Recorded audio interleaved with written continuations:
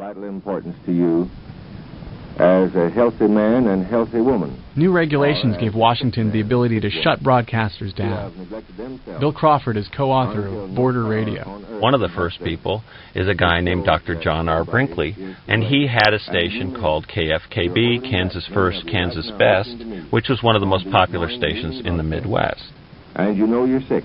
You know your prostate's infected and diseased.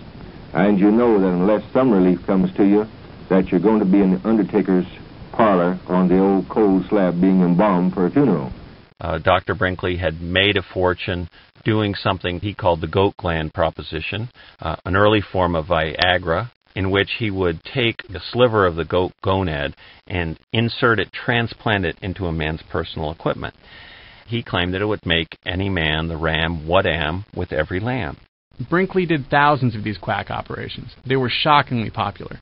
He built the station at first to entertain recovering patients, waiting to get back on their feet and give their new virility a test drive. He also found it was a great way to advertise all sorts of novel procedures and patent medicines. Federal regulators were falling all over themselves to shut him down. So Dr. Brinkley looked for a place where he could reestablish not only his radio station, but also his medical practice. XRS Villacuña, Coahuila, en la República Mexicana. That means you're listening to XERF Villacuña, Coahuila in the Republic of Mexico, your cleared channel station that covers every state in the nation. If he was broadcasting from Mexico, he was beyond the reach of American broadcasting regulation.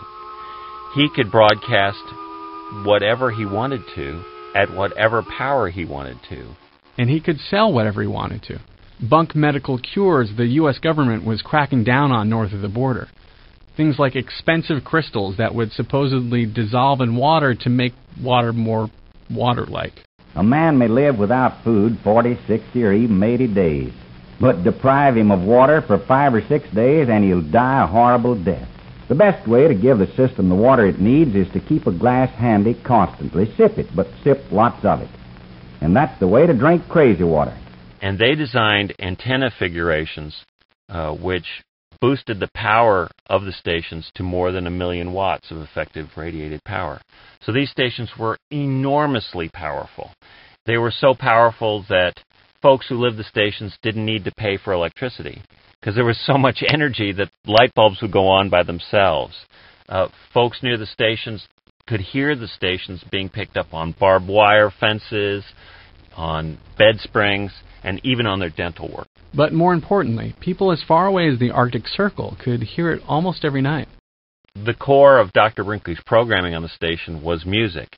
And this was music that wasn't played by the networks in New York, which looked down their nose at these rural sounds because they saw it as their moral duty to kind of uplift America from out of this kind of uneducated form of entertainment into a more educated, sophisticated environment. The networks needed dozens of small stations to make sure their national message was heard from coast to coast.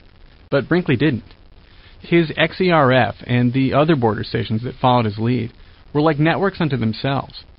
And while NBC and CBS were making stars of people like Bing Crosby, XERF was making the biggest stars in country.